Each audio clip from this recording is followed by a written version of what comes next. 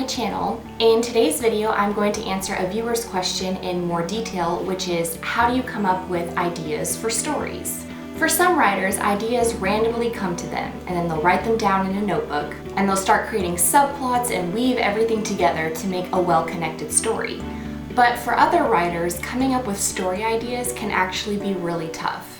Many of us can't just pull ideas out of thin air, especially ones that haven't already been done before. Does the world really need another vampire werewolf love triangle? Maybe, but only if you can put a truly different and unique spin on it. If there's one thing I want you to take away from this video, it's that your story ideas need to be original.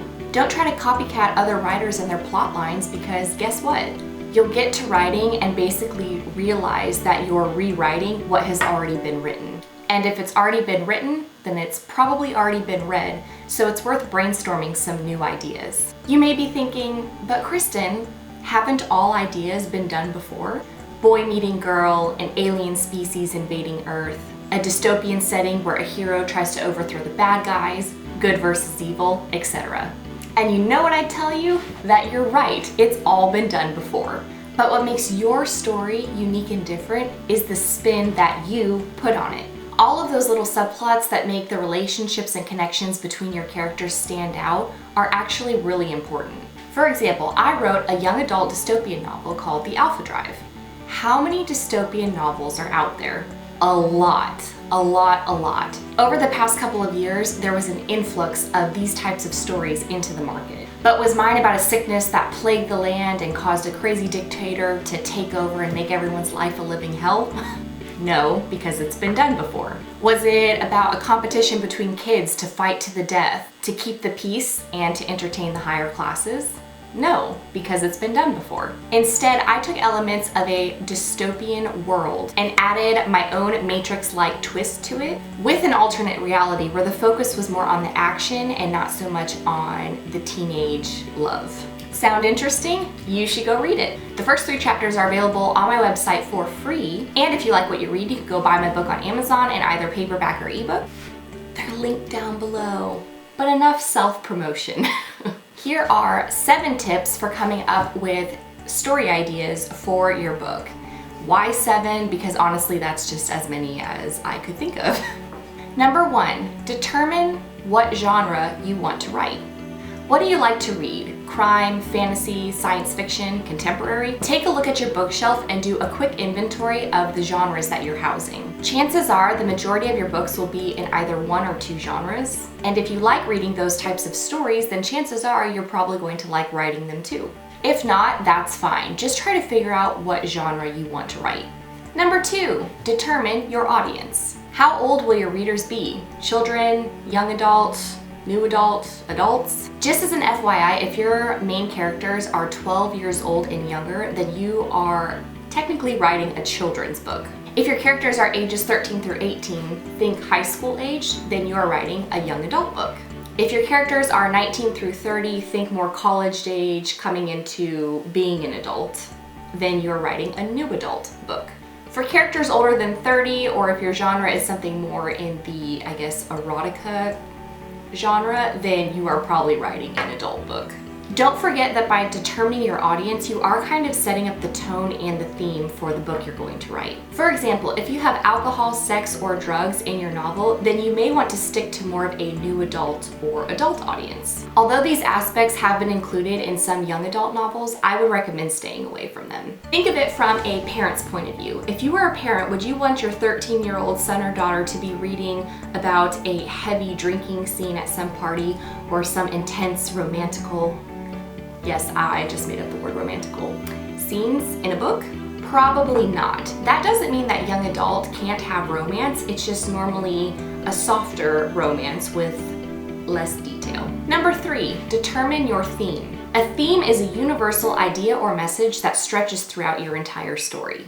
A book's theme is very important, especially when you're writing a series, because that theme is going to be present in each one of your books. You have your typical good versus evil. You can kind of think Harry Potter here with Harry Potter and Voldemort. Individual versus society, that's another theme. Think kind of like The Hunger Games and Divergent.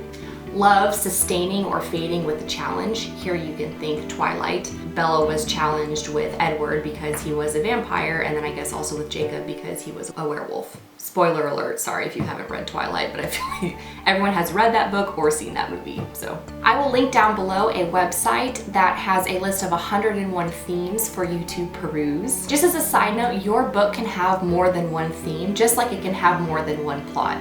You can have sub-themes. Just make sure you have one major theme, just like you have one major plot. And then you can add in subplots and sub-themes to keep your story from falling flat. Number 4, brainstorm. So now that you have your genre, target audience, and theme, it's time to start brainstorming. Most likely you've already had a few ideas that have been floating around in your head that you've jotted down in a notebook somewhere. And if not, that's okay, you can start from scratch. Grab a large piece of paper and write your main theme in the center with a large circle around it. Underneath the theme, you can write in smaller letters what challenge your main character is going to have to face and overcome. If you don't know it yet, that's okay, don't worry about it. Sometimes it's actually easier to brainstorm how you want your book to end and then work backwards to craft your story.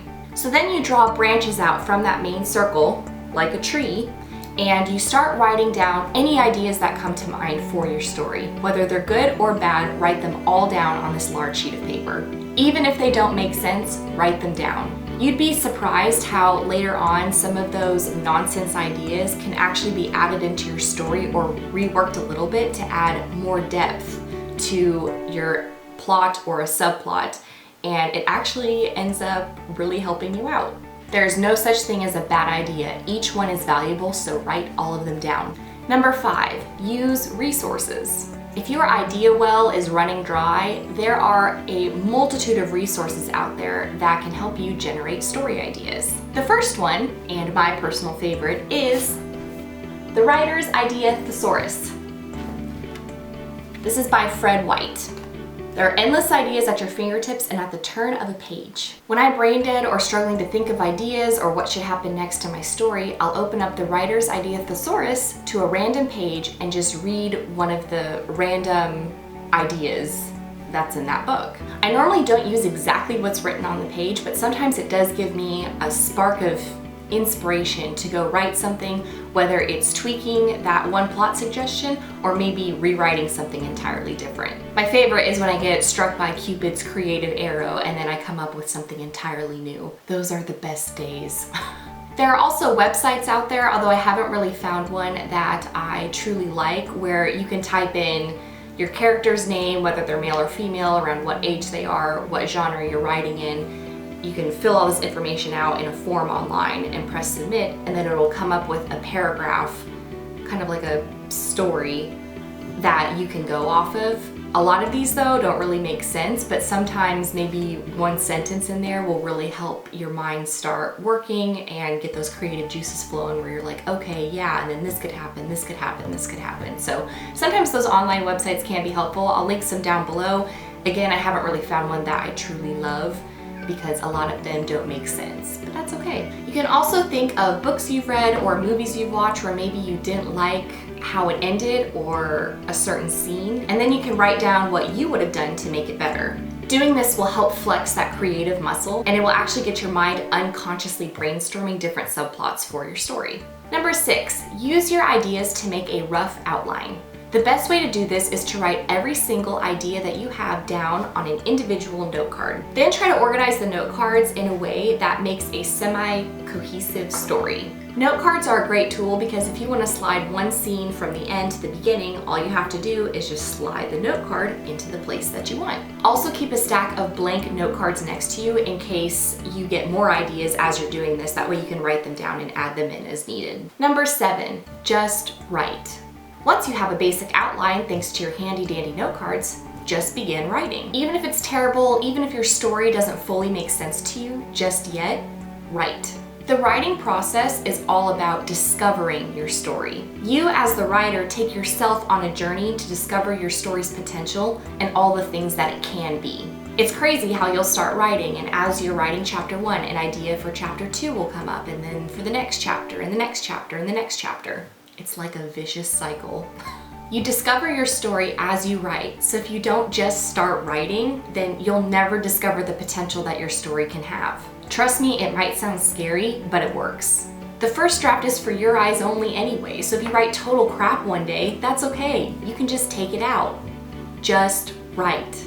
So there you have it, 7 tips to help you come up with story ideas for your first or next book. I hope you guys enjoyed this video. If you did, please thumbs up and subscribe to my channel. My debut novel, The Alpha Drive, is still available for purchase on Amazon in both paperback and ebook, so I'd love for you to check it out. Tomorrow I'll be sending out my monthly newsletter, and in that monthly newsletter will be the cover reveal for the second book in the Alpha Drive series, The Order of Omega. So if you want a sneak peek of that, hurry on over to my website at kristenmartinbooks.com and subscribe to my newsletter, and that way you'll get an early sneak peek of the cover of the second book.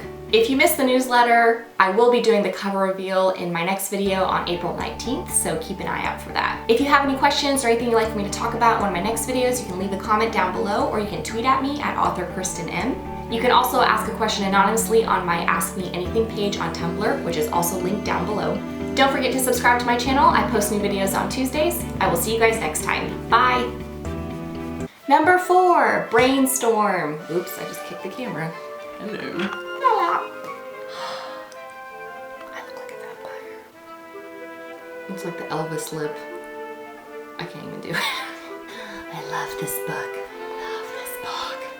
Paranormal invasion. Vermin invasion. Ugh, no thank you.